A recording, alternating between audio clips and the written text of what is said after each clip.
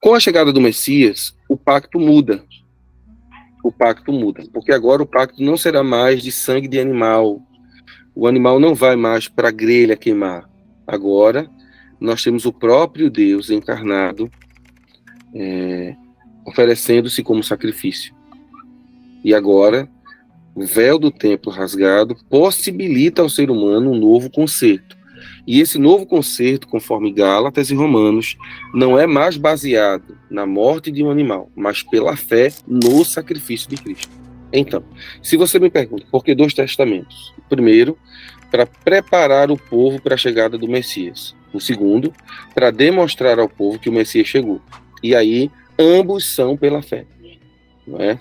Ambos são alcançados pela fé. Olhando para o Antigo Testamento, e como eu disse que o Antigo Testamento apontaria para o Messias, o Antigo Testamento está dividido em 4 partes. A gente poderia dizer que 5, mas seria só uma redundância, né? Falar das profecias dos profetas maiores e menores, tá? Então vamos trabalhar sempre em um grupo de 4, né? A parte da lei, que é o fundamento da chegada do Messias, do Cristo, como ele resolveria o problema do pecado. Isso já é visto desde o capítulo 3 de Gênesis e o versículo 15, onde o próprio Deus diz que ele enviaria um semente da mulher que esmagaria a cabeça da serpente. E aí nós vamos ver Moisés tratando com o povo e apontando para a chegada desse Messias, colocando o fundamento. Como esse Messias seria, como ele trataria o povo, tipologicamente, tipificamente, antropopaticamente, como esse Messias se comportaria e exerceria um sacrifício perfeito e agora um novo elo com Deus. O fundamento de tudo que você pensar sobre a chegada do Messias está no Pentateuco.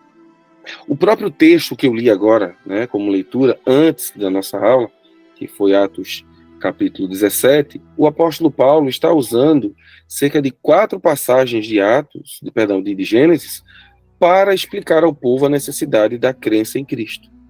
Ele usa Gênesis para falar isso. Ele diz que Deus não pode ser servido por homens. Ele é um embate ali diretamente com os Zeus.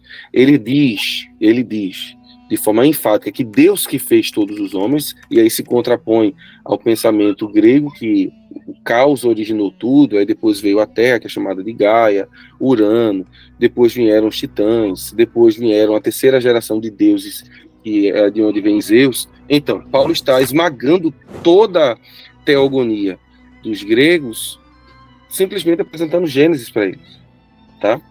Depois você tem a história, e nessa parte da história, nós vamos ver a preparação para a chegada do Messias, ou do Cristo. E isso acontece de que maneira? Isso acontece principalmente porque nós estamos ansiando por essa chegada do Messias através dos reis que não cumprem o seu propósito, como o próprio Davi, como os profetas que ensinam o povo a verdade, e infelizmente o povo não crê nessa verdade, eles não vão aceitar a palavra. E aí isso vai demonstrar que existe uma preparação para a chegada desse Messias que as pessoas pensam ser um e não é. Eu gosto muito, deixa eu abrir a tela aqui, de quando estou em sala de aula, dizer assim aos meus alunos. Imagine o primeiro filho de Eva, né? O primeiro filho foi Caim. Caim teve outros irmãos e irmãs, é mencionado na Bíblia Abel e o Sete, e as irmãs que eles casam. Mas veja que coisa interessante, não era Caim. Caim matou seu irmão Abel, então ele não seria o Messias. Mas a promessa era de que da semente da mulher viria um. E aí você vê os outros chegando, como Enoque, como o próprio Noé. A palavra Noé é aquele que nos consolará, né? Imagina alguém que recebe esse título, né? Esse nome, aquele que vai nos consolar. E a gente pensa, será que ele é o Messias? Não é. O tempo vai passando, chega Deus e encontra Abraão. Será que é Abraão? Não. Será que é o filho de Abraão? O filho da promessa? Aonde Deus vai fazer toda aquela intervenção para que o menino nasça? Não é Isaac. Não é Jacó. Não são seus 12 filhos. E aí a gente pula para os Juízes e são 13 homens que são um desastre, né? De Jefité a Sansão, Gideão, não tem um que consiga ser aquele Messias tão esperado lá atrás. E aí nós temos a monarquia e a gente pensa, será que é Saul? Ele é grande, ele profetiza, é uma bênção. Será que é ele? Não é ele. Mas aí Deus diz Encontrei um segundo o meu coração. Talvez o coração de Samuel e dos demais da sua época bateu mais forte e disse, agora é ele. Mas aí nós descobrimos que também não é, porque Davi vai fazer aquela atrocidade de ter um contato físico com a mulher de um amigo seu e matá-la. E depois de Davi, um rei pior do que o outro, salva-se Josias e Ezequias, mas também são dois homens que não conseguem fazer. Deus estava preparando o povo para a chegada do seu Messias. E enquanto o livro histórico está acontecendo, os livros poéticos são escritos, não é? A parte da escritura chamada de poesia está interligada ao que nós chamamos de livros históricos. Lembre-se que os historiadores estão construindo a história, mas a poesia ocorre junto, né? Nós temos ali Provérbios com Salomão, nós temos ali os Salmos com diversas pessoas, mas todos eles falam do anelo pela chegada do Messias. Depois você tem a profecia, que é a certeza da chegada do Messias, não é, de Cristo. E aqui você tem, por exemplo, Isaías dizendo que ele será filho de uma virgem, você tem Miqueias dizendo que ele vai nascer em Belém, você tem profetas dizendo onde ele vai morar, não é, que ele será da região da Galileia. Então, é a certeza de que o Messias vem. Nas profecias, o Messias é apresentado como alguém que chegará em um determinado tempo. O Antigo Testamento, se fôssemos organizar num instante, ficaria assim.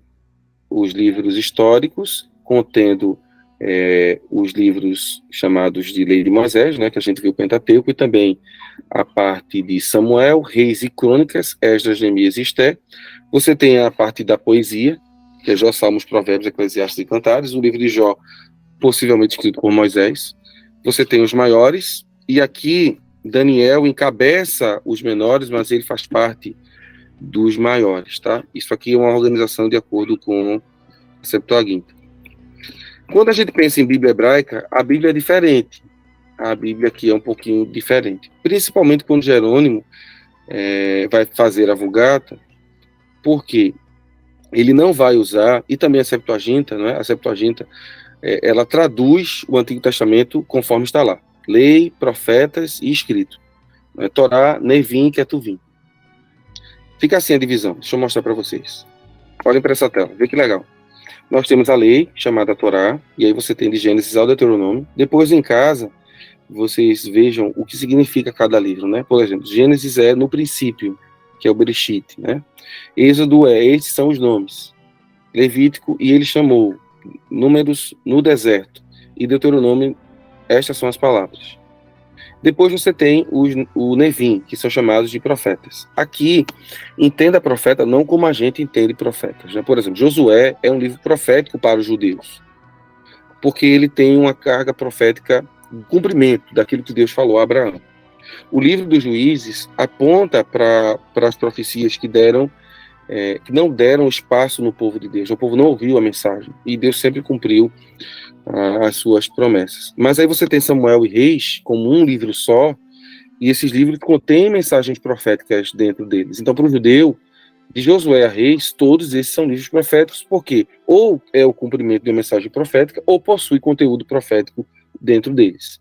A história de Elias, por exemplo, está no livro dos Reis. A história de Eliseu, Micaías, Aías, eles não têm livros próprios, mas essas histórias estão contadas naquilo que a gente chama de livros históricos.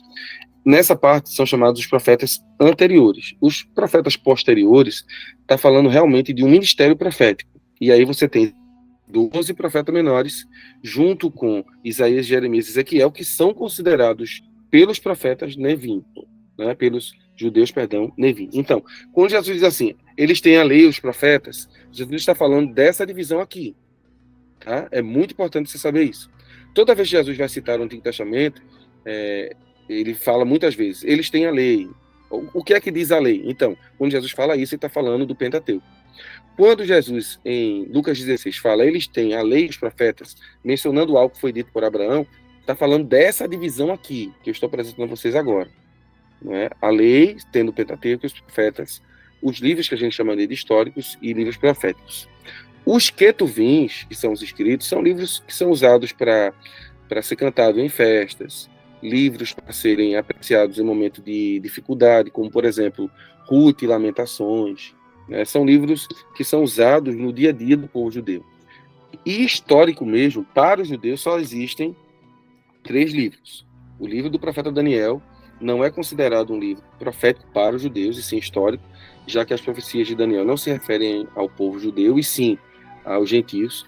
Esdras e Neemias, que é um livro só, conta a história da deportação, do retorno da deportação da Babilônia para o Israel, né, que está destruído, vai ser reconstruído, e o livro de Crônicas.